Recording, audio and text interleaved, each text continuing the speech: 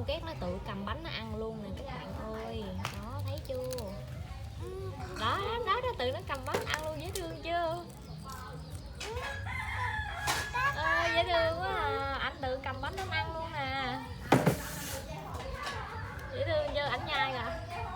Đó, Sam thấy chưa? Con két nó ăn bánh thấy không? Rồi anh bỏ cái bánh rồi. Nó rớt cái bánh rồi. Chuẩn bị anh lấy anh ăn lại nè. Đó, bánh ngon, chắc bánh ngon hợp với khẩu vị của anh thì sao? Con cũng ăn luôn hả? Con két nó ăn bánh. Con két nó ăn bánh dễ thương ha. Ảnh nhai cái mỏ ảnh coi.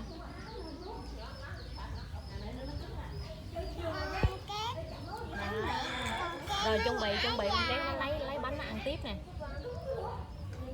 Con ngồi xuống. Ngồi xích tới đây nè, con két nó đâu có làm gì con đâu, nó hiền lắm.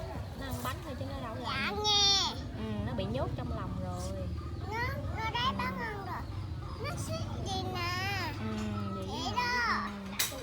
Đó, con két nó ăn bánh nè các bạn ơi. Đó, nó đợi cái đuôi da luôn. Nó lấy bánh nó ăn nữa thấy không?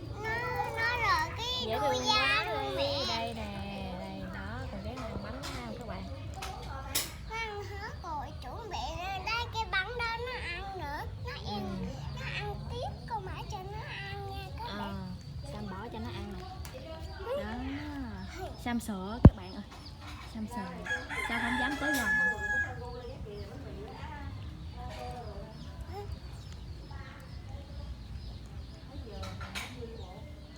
Con két nó đang ăn bánh đó thấy không các bạn? Con cái nó có nhai nuốt hết không? Có, nó nhai nuốt hết luôn đó. Con thấy nó giỏi không?